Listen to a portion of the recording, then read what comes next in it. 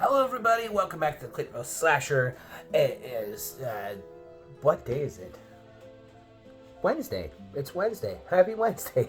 Today I'm going to be talking about a really awesome movie, and that it was released in 2002. This movie came out when I was in high school, and it still holds up. And that is Red Dragon. It stars Anthony Hopkins, Ralph Fiennes, the wonderful, talented Ralph Fiennes, Sir Anthony Hopkins, my mistake, and Edward Norton. Now, the film starts off. This is a prequel to Silence of the Lambs. So, in the beginning, you see Hannibal Lecter, and he's at like this Broadway, or he's at this musical, and he has a dinner with all these guests. And Will Graham, who's played by Edward Norton, who's an FBI agent, comes over. And now what the FBI is doing is they're looking for this serial killer that is eating people, and they're not really sure how they can find him. So they use Dr. Hannibal Lecter because he's a really respected doctor, psychiatrist, how to find him. And so Will figures out that this guy is eating people.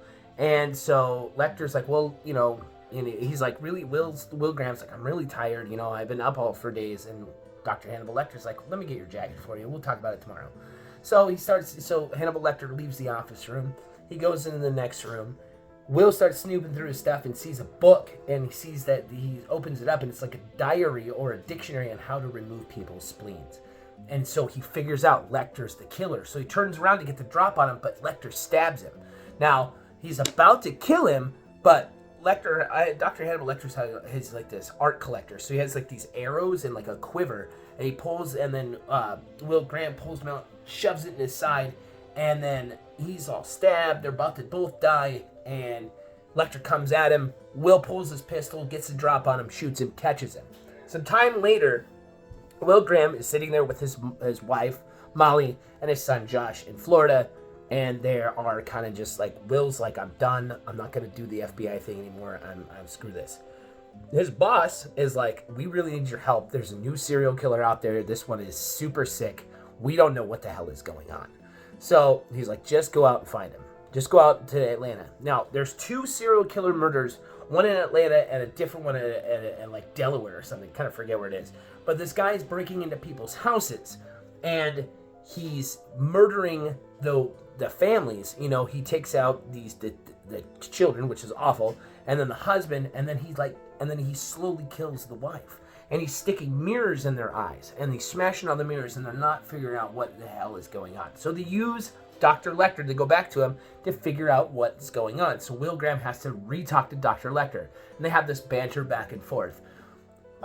So he talks to him, and later you find out that there's this man named Francis Dollarhide. Now, Francis Dollarhide has been psychologically damaged for years on end from his relentless psychological and physical damage from his grandmother. Called him a filthy little beast, just messing him up. He had a hair lip, he had a cleft lip, then he gets it fixed. Well, Francis Dollarhide believes that he is the dragon. He is this reincarnated thing as the Red Dragon. He's got the tattoo on his back. He's changing all these women because he's becoming the dragon. Kills every like full moon. So, what I thought about this movie is that it is super intense.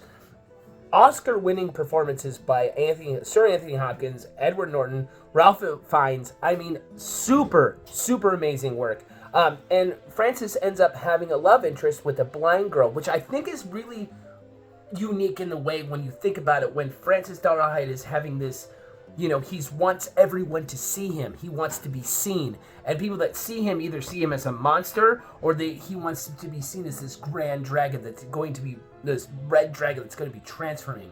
And the one person that loves him, that falls in love with him, is the blind woman, the one who can't see him. And I think that's a really cool, the blind woman falls in love with him, and she's the one who can't see the monster, but she sees the man that he is. And I think that's really, really, really cool flip to the story. This is streaming on Netflix.